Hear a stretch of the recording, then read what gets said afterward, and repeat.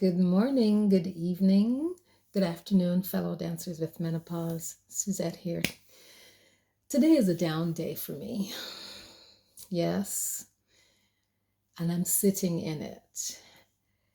I'm not wallowing by any means, and I have not cried, even though I feel the urge to, but it hasn't happened as yet. And for those of you ladies, I don't shy away from crying. If one day I need a really good cry or a really good weep, as I like to call it, when it's coming from your gut, I give into it. I don't fight the feeling. I don't try and talk myself out of it. I just give into it because for me, it's a release. I don't know about you ladies, but crying for me is a release, especially when I've been stressed or I'm tired and I can't sleep and I don't know what to do. Crying is it for me. I'm being fully transparent here, ladies, because I have been able to wrangle my severe menopause symptoms into some kind of control, it doesn't mean that sometimes I don't get overwhelmed. We all do. And it would be silly of me to expect that I'm not going to have down days. It's silly of any of us to expect that we're not going to have down days because that's just a part of life. The key is not to stay down. Now, what do I do when I have down days? I sit in it. I take time to sit on my little pity pot and, woe is me and all of that because I need to acknowledge why I'm feeling down. I need to acknowledge that I'm feeling down. That's just my process. I need to acknowledge that I'm feeling down.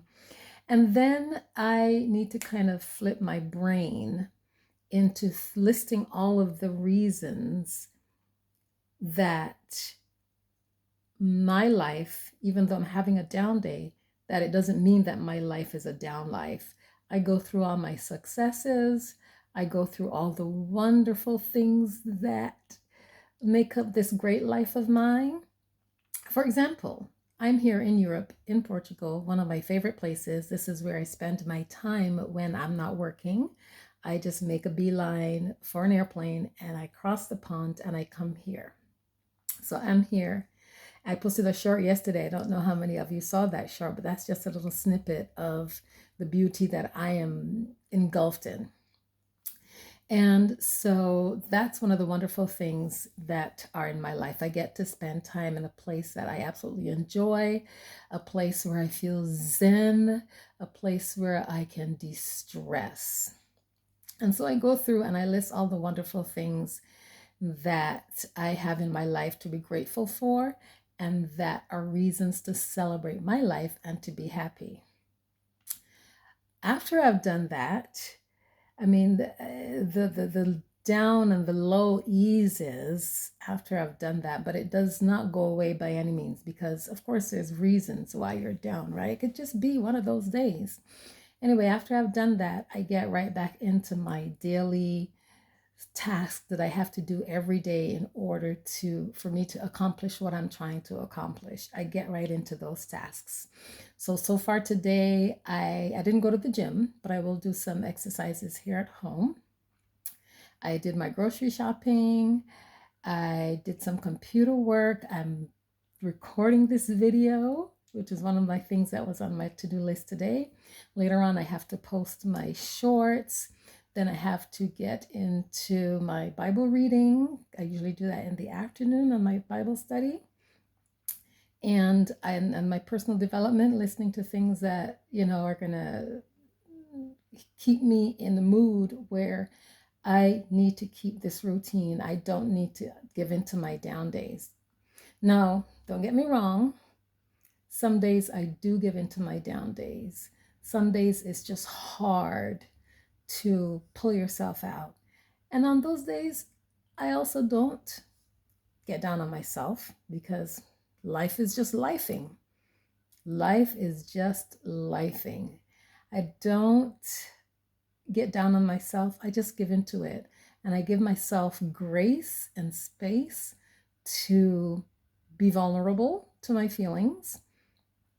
Some days I just curl into a fetal ball or I just stay in bed and I watch, movies or whatever. Now, that's not to say that that continues the next day. It's like, okay, you give into it, you give it a time limit, and boom, you just carry on the next day. Because, ultimately, one of these symptoms of menopause is, it messes with your mental health. And on those days where it's especially messing with the mental health, it's just time to remember this too shall pass. This is not going to be forever. This is not going to be all the time. And, it's a decision, it's a choice whether or not you let it be the entire day, or whether you let it spill into the next day, or whether you let it be, okay, I'm going to sit on this little pity pot for an hour. I'm going to play Candy Crush or whatever to relax me, take my mind off things, and then I'm going to get right back to it. All right. So I've done all of the above. Candy Crush that's a vice of mine. I admit it. Okay. It's the only game I play though. What games do you ladies play? Please say in the comments. Anyway, so yeah, today is a down day. There's, it started out as a little bit of a down day, and then it kind of took a little bit, a little lower dip. And the reason for that is I finally got my scale that gives me all of my numbers, my weight, my fat percentage, my muscle percentage, my bone percentage. And I told you ladies that I need to work on some things where my body is concerned, that I have issues with body image, and I'm working on that. And I have seen some improvements since I really was intentional about it about 3 weeks ago. I've cut out all the carbs. I have not eaten carbs in a long time.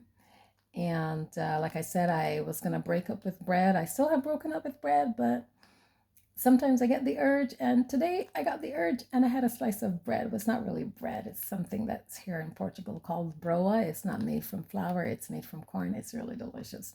And I love it. Anyway, I had a piece of that. But you know what? I give myself grace. I give myself grace. Anyway, so those numbers were not particularly what I thought they were. The numbers were a little bigger than I thought. Well, the fat percentage number was a little bigger than I thought it was. The overall numbers, I've got photos here. I took photos of the scale. The overall numbers are 144.6 pounds. And my fat percentage is 25.7%, ladies. 25.7%. I need to work on that. My muscle percentage is 26.6%. And for me, that is a little bit of a blow.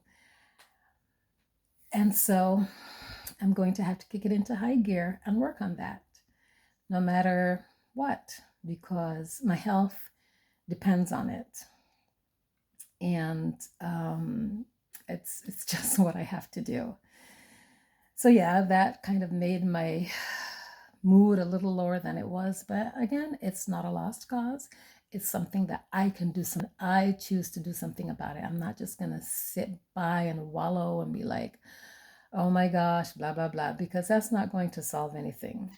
So as of now, I'm going to tighten up even more. So that piece of broa that I had today, that's the last for a long while.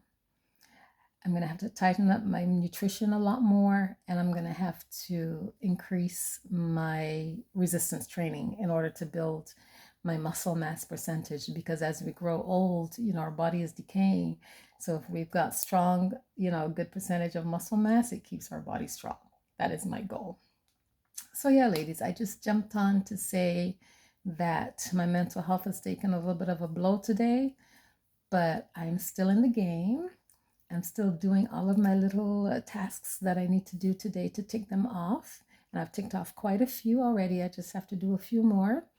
And so I just got to keep it moving. I'll let you guys know tomorrow how it goes. Maybe the mood would have lifted by then, hopefully. But even if it hasn't, I'm still going to continue to do what it is that I have to do. Okay? Let me know what your mood is like today. Thanks once again for those of you who subscribed, and those of you who haven't subscribed, please hit the subscribe button and help me to grow this channel. And I will continue to put content up here no matter what. So I hope that you guys tune in. So once again, be kind to yourself, and I will see you once again soon. Ciao.